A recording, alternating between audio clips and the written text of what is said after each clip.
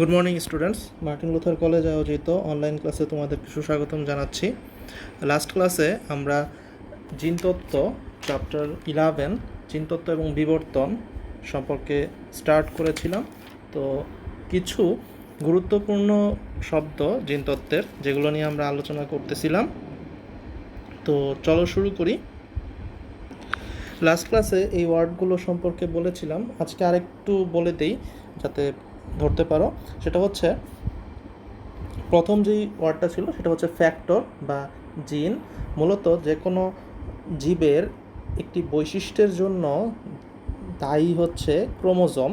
তো জীবের সকল বৈশিষ্ট্যই ক্রোমোজোম হচ্ছে ক্যারি করে এক বংশধর থেকে অন্য বংশধরে। তো একটা ক্রোমোজোমের মধ্যে যেই ছোট যেই পার্ট অর্থাৎ ক্রোমোজোমাল যেই পার্ট সেটাকে বলা হয় ক্রোমোজোম। অসংখ্য হচ্ছে ডিএনএ দিয়ে তৈরি, আমরা জানি ক্রোমোনেমাটা থাকে, ডিএনএ থাকে, অনেক কিছুই থাকে। তো এটার যে ছোট পার্ট সেটাকে বলা হয় হচ্ছে ডিএনএ। আর ডিএনএর ছোট্ট ছোট্ট 3টা করে ট্রিপলেট কোডন থাকে, প্রত্যেকটা কোডন মিলেই হচ্ছে একটা বৈশিষ্ট্যকে রিপ্রেজেন্ট করে। অর্থাৎ ডিএনএর যে সেগমেন্ট, অর্থাৎ ক্রোমোজোমকে ভাঙলে যেরকম অনেকগুলো ডিএনএ পার্ট পাওয়া যায়, ডিএনএকে ভাঙলে যে ডিএনএ যে সেগমেন্ট সেটাকে বলা হয় হচ্ছে জিন। আর জিনটাকে নামকরণ করা হয় যে ওয়ার্ড দিয়ে সেটাকে আমরা ফ্যাক্টর বলে থাকি। তার মানে জিন হচ্ছে ডিএনএ অণুর একটি খণ্ডাংশ যা জীবের বংশগতির একেবারে মৌলিক ভৌত এবং কার্যিক একক, এবং যেটা কিনা বংশানুক্রমে এক বংশধর থেকে অন্য বংশধরে স্থানান্তরিত হয়ে থাকে। 2 নম্বরটা হচ্ছে লোকাস। লোকাস মূলত হচ্ছে ক্রোমোজোমে জিন যেই জায়গাটায় অবস্থান করে। ক্রোমোজোমের সব জায়গায় কিন্তু ডিএনএ সর্বোচ্চ মানে সব জায়গায় বিস্তৃত থাকে না, কিছু খালি জায়গা থাকে। তো ডিএনএর যেই পার্টটাতে অর্থাৎ ক্রোমোজোমের যেই জায়গাটায়, ধরো এরকম যখন মাইটোসিস সেল ডিভিশন দেখেছিলাম আমরা, এটা হচ্ছে সেন্ট্রোমিয়ার এবং দুই সাইডে ক্রোমোজোমাল সেগমেন্ট। তো এই জায়গাটায় যদি একটা ক্রোমোজোমের জিন অবস্থান করে, এই প্লেসটার নাম হচ্ছে লোকাস। ঠিক সিস্টার ক্রোমাটিডে আমরা দেখেছিলাম মাইটোসিস সেল ডিভিশনে, সিস্টার ক্রোমাটিডের সময় এরকম পাশাপাশি 2টা সিস্টার ক্রোমাটিড থাকে। তো এইটার যেই পজিশন আর এইটার সেম পজিশনে কিন্তু 2টা সেম জিন থাকে, অর্থাৎ একই ধরনের একই বৈশিষ্ট্যের জন্য দায়ী জিন থাকে। তো এই কারণে এই 2টাকে বলা হয় হচ্ছে একটা আরেকটার অ্যালিল। অর্থাৎ যখন কোনো জীবের দেখা যায় যে ধরো লম্বা বৈশিষ্ট্যের জন্য যদি আমি লিখে দিই যে বিগটি হচ্ছে দায়ী একটি জিন, তার মানে লম্বা বৈশিষ্ট্যের জন্য টোটাল হচ্ছে তার যেই বৈশিষ্ট্য নির্ধারণকারী যেই জিনোটাইপ সেটাকে আমরা 2টা ফ্যাক্টর দিয়ে প্রকাশ করব। এবং 2টা ফ্যাক্টর কিন্তু একটা ক্রোমোজোমে থাকে না, 2টা সিস্টার ক্রোমাটিডের ঠিক 2টা লোকাসে অবস্থান করে, একই জাতীয় লোকাস, অর্থাৎ একই ধরনের প্লেস। তখন এই একটাকে আরেকটার অ্যালিল বলা হয়ে থাকে। এরপরে হোমোজাইগাস। এই অ্যালিল 2টা যদি দেখতে একই রকম হয়, অর্থাৎ 2টাই যদি ডমিনেন্ট ক্যারেক্টারের হয়, তাহলে সেটাকে বলা হয় হোমোজাইগাস। অথবা 2টাই যদি রেসেসিভ ক্যারেক্টারের হয়, তাহলেও কিন্তু আমরা এটাকে দেখা যায় যে হোমোজাইগাস বলে থাকি। কিন্তু এই 2টা যদি একই রকম না হয়, একটা ডমিনেন্ট আর একটা যদি রেসেসিভ হয়, তাহলে এই কন্ডিশনটাকে বলা হয় হচ্ছে হ্যাটারোজাইগাস কন্ডিশন। মূলত জীবের এই হোমোজাইগাস আর হ্যাটারোজাইগাস কন্ডিশন, এটা হচ্ছে নির্দিষ্ট একটা বৈশিষ্ট্য নিয়ন্ত্রণকারী অ্যালিল 2টার প্রকৃতিকে নির্দেশ করে। যদি সমপ্রকৃতির হয় তাহলে সেটা হোমোজাইগাস, অর্থাৎ বিগটি এটা সমজাতীয়, অথবা স্মল টি সমজাতীয় যদি হয়, সমপ্রকৃতির হয়, সেটাকে বলতেছি আমরা হোমোজাইগাস।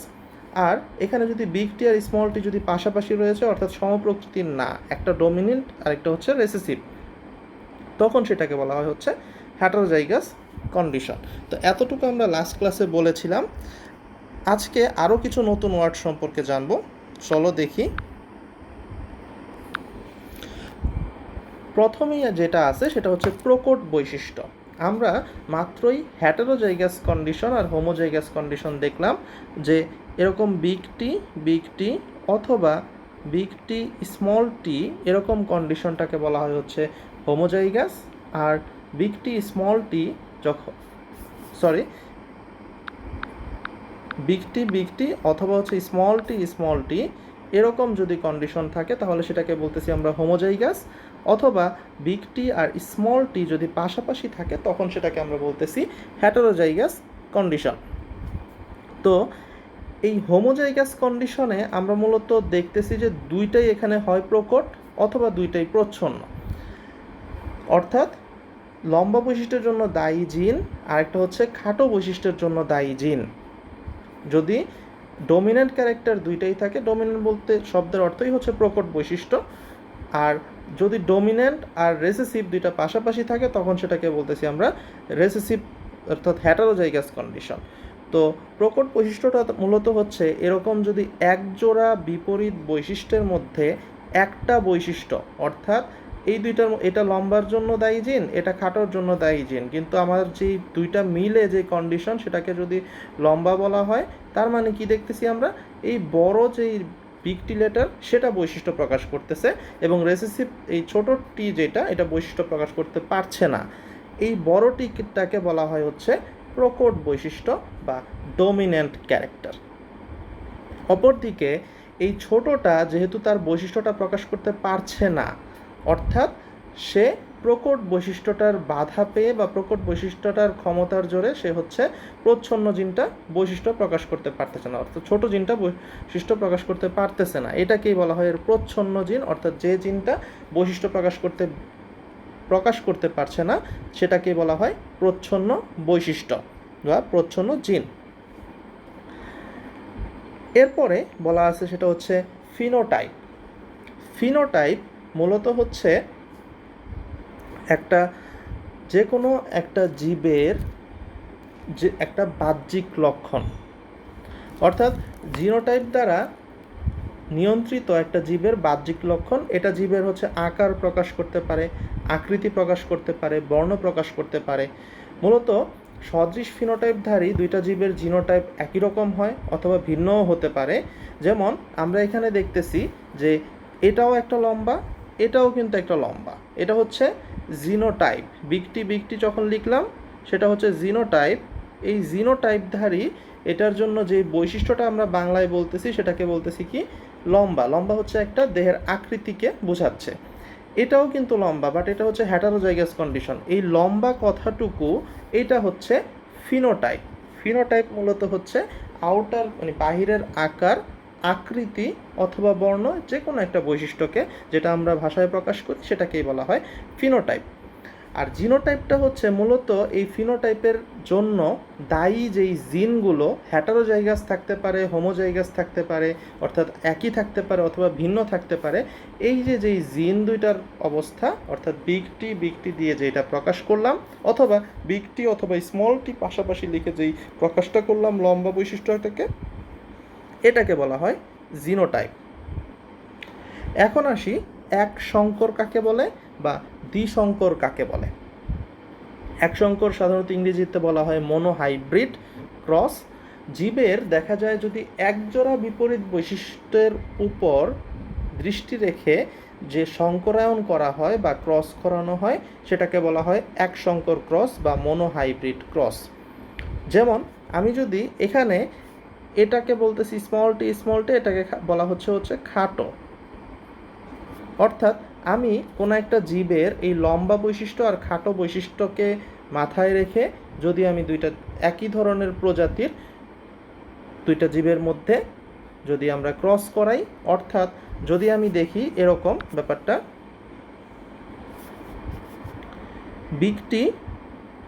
বিগ টি এটা মেল নিলাম, এটার সাথে স্মল টি ফিমেল নিলাম, অর্থাৎ এটা হচ্ছে লম্বা, এটা হচ্ছে খাটো।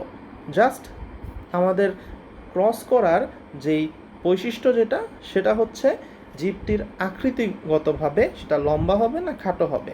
এই একক বৈশিষ্ট্য নিয়ে যেহেতু আমরা দুইটা জীবের মধ্যে যেহেতু ক্রস করিয়েছি, এই ধরনের ক্রসকে বলা হয় এক সংকর ক্রস।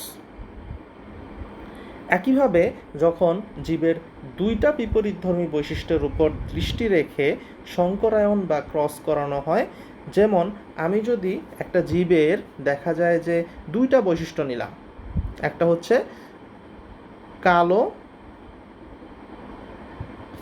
ও লম্বা। এটার সাথে আমরা ক্রস করলাম সাদা খাটো।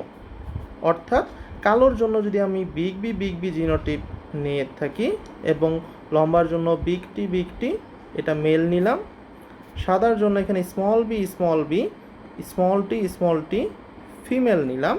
এ ধরনের দেখা যায় আমি দুইটা বৈশিষ্ট্য, একটা অর্থাৎ এক জোড়া, এখানে আরেকটা দুই জোড়া, টোটাল দুই জোড়া বৈশিষ্ট্য নিয়ে যখন আমি দুইটা জীবের মধ্যে ক্রস করাবো তখন সেটাকে বলা হবে হচ্ছে দ্বিসংকর ক্রস বা ডাইহাইব্রিড ক্রস।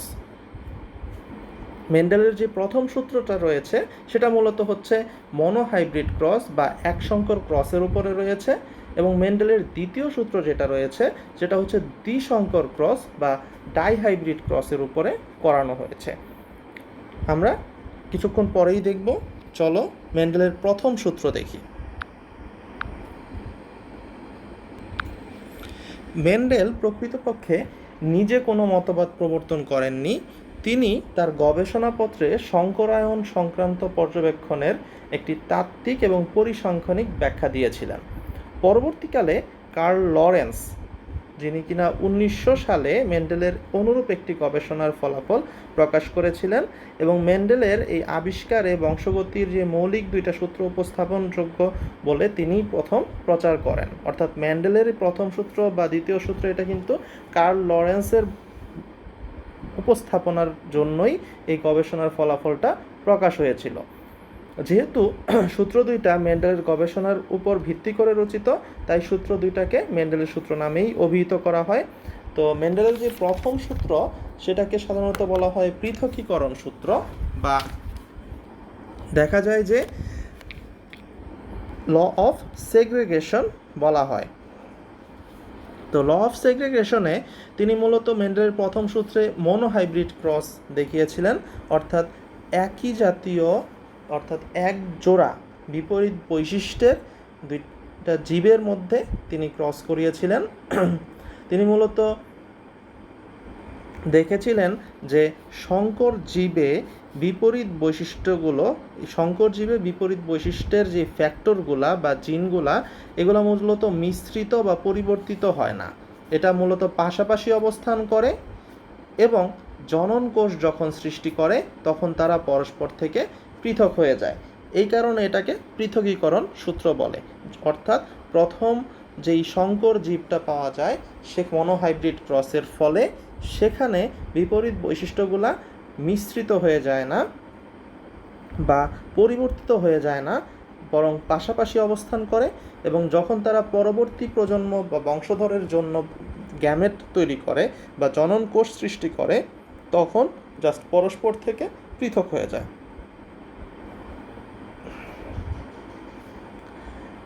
এইটার জিনতাত্ত্বিক ব্যাখ্যার জন্য মূলত আমরা এখানে গিনিপিগের বিশুদ্ধ যেই কালো বর্ণ এটার জন্য যে দায়ী জিন সেটাকে আমরা বিগ বি ধরেছি, এবং গিনিপিগের যে বাদামি বর্ণের জন্য দায়ী জিন সেটাকে স্মল বি ধরেছি। এবং দেখা যায় যে F1 জনুতে প্রথম বংশধর যেটা পাওয়া যায় সেখানে বিশুদ্ধ কালো গিনিপিগের যেটা বিগ বি এর সাথে বাদামি বর্ণের বিশুদ্ধ যেই গিনিপিগ স্মল বি এইটার যখন ক্রস করানো হয় তখন কিন্তু দেখা যায় যে প্রথম বংশধরে সবগুলোই কিন্তু বিগ বি এবং স্মল বি আকারের হয়ে থাকে। অর্থাৎ দেখা যায় যে প্রথম বংশধরে সবগুলোই কিন্তু বিগ বি এবং স্মল বি এরকম বংশধর হয়ে থাকে F1 জেনারেশনে, কিন্তু এটাতে যেহেতু ডমিনেন্ট ক্যারেক্টার হচ্ছে কালো বর্ণ তাই সেটাকে বলা হয় হচ্ছে কালো বর্ণের গিনিপিগ, সবগুলোই কালো বর্ণের হয়ে থাকে। কিন্তু পরবর্তী প্রজন্ম যেটা আমরা বলেছি যে এই যে সংকর জীব, এটা কিন্তু সংকর জীব, এই সংকর জীবটাতে এই বিগ বি আর স্মল বি এটা জাস্ট পাশাপাশি অবস্থান করেছে, কিন্তু মিশ্রিতও হয়ে যায় নাই, পরিবর্তিতও হয়ে যায় নাই, যা কিনা পরবর্তী বংশধর যখন তারা তৈরি করতে যায়, অর্থাৎ এটা থেকে যখন গ্যামেট সেল তৈরি করে তখন একটাতে বিগ বি চলে যায়, একটাতে স্মল বি চলে যায়, অর্থাৎ এটাই হচ্ছে তারা জননকোষ সৃষ্টির মাধ্যমে পরস্পর থেকে পৃথক হয়ে যায়। মেন্ডেলের প্রথম সূত্রে মূলত এটাই বোঝানো হয়েছে। তো চলো আমরা আরও দেখি যে বিশুদ্ধ কালো গিনিপিগের জিনোটাইপ বিগ বি এবং বাদামি বর্ণের গিনিপিগের জিনোটাইপ হচ্ছে স্মল বি, এই দুইটার মধ্যে ক্রসের যেই জিনতাত্ত্বিক ব্যাখ্যা সেটা আমরা চলো পর্যবেক্ষণ করি।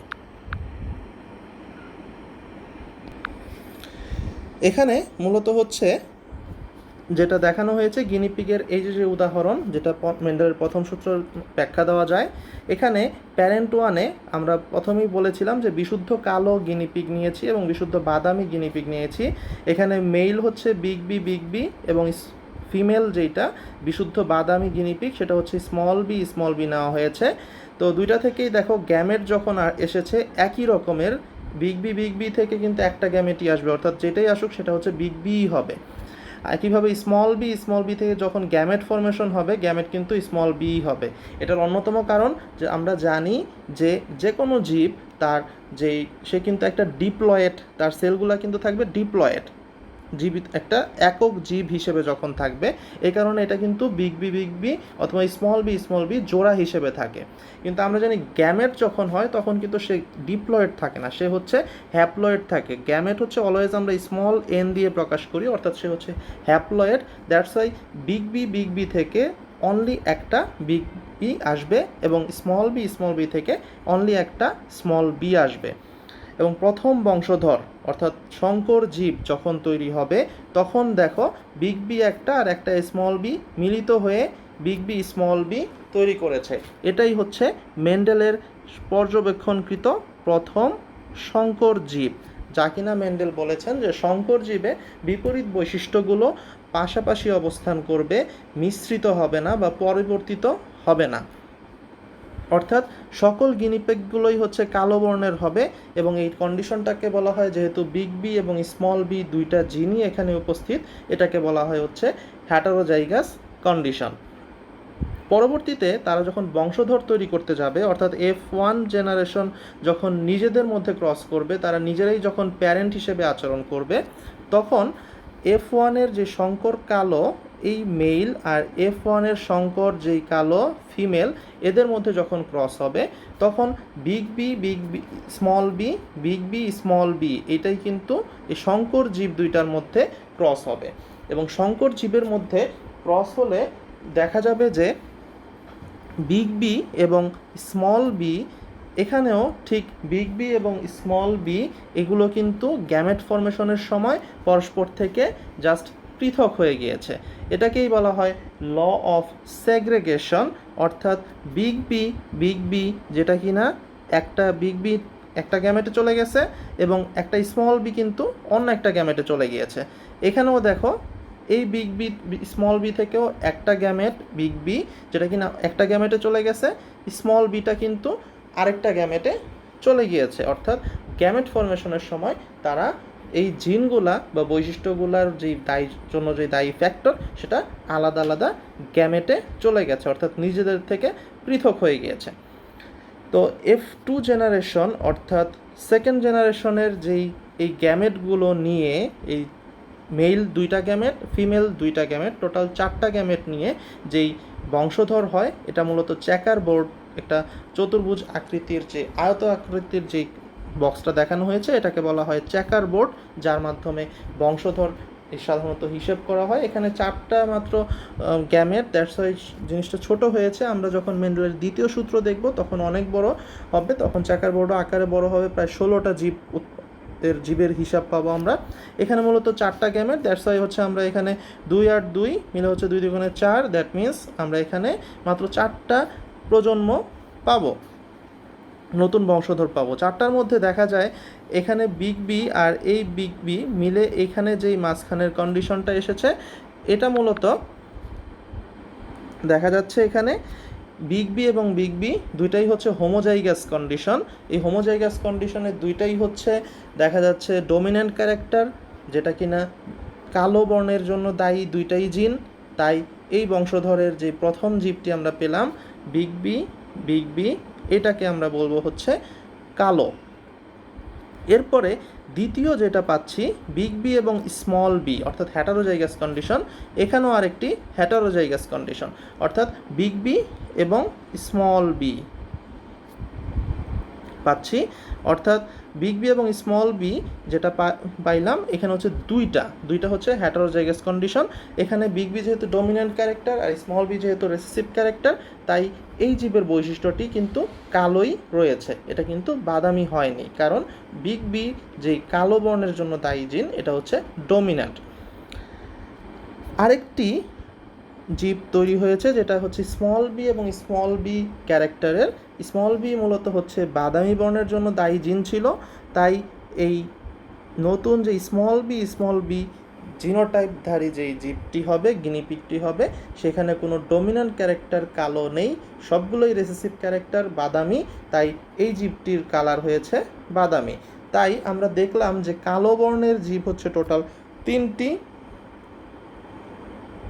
মূলত হচ্ছে বিগ বি এটা হচ্ছে একটি পেয়েছি, বিগ বি স্মল বি এটা 2টা পেয়েছি, আর বিগ বি স্মল বি এটা একটা পেয়েছি। তাহলে 2 আর 1 টোটাল 3টা হচ্ছে কালো আর একটা হচ্ছে বাদামি বর্ণের গিনিপিগ। অর্থাৎ মেন্ডেলের প্রথম সূত্রে আমরা দেখলাম 3:1 অনুপাতে কালো এবং বাদামি গিনিপিগ দ্বিতীয় বংশধরে দেখা গিয়েছে। এটাই মূলত ল অফ সেগ্রেগেশন, অর্থাৎ সংকর জীবে বিপরীত বৈশিষ্ট্যের জিনগুলো মিশ্রিত হয়ে যায় না বা পরিবর্তিত হয়ে যায় না, বরং পাশাপাশি অবস্থান করে এবং জননকোষ সৃষ্টির সময় পরবর্তী বংশধরে তারা পৃথক পৃথক গ্যামেটে চলে যায়, অর্থাৎ নিজেদের থেকে পৃথক হয়ে যায়, অর্থাৎ সেগ্রেগেট করে। তো এটাই হচ্ছে মেন্ডেলের প্রথম সূত্র। তো আশা করি মেন্ডেলের প্রথম সূত্র নিয়ে কোনো প্রবলেম নেই তোমাদের। মূলত এই যেই লাস্টে যে রেশিওটা আমরা দেখি কালো এবং বাদামি, এটা সবসময় মনে রাখবে, এটা হচ্ছে মেন্ডেলের প্রথম সূত্রের সবচাইতে সংক্ষিপ্ত একটি রূপ। পরবর্তী ক্লাসে এটা মনে রাখলে তোমাদের ক্লাসগুলো বুঝতে আরও সহজ হবে। আগামী ক্লাসে আমরা মেন্ডেলের সেকেন্ড ল অর্থাৎ ল অফ ইন্ডিপেন্ডেন্ট অ্যাসর্টমেন্ট সেটা শিখব। আজকের ক্লাস এই পর্যন্তই।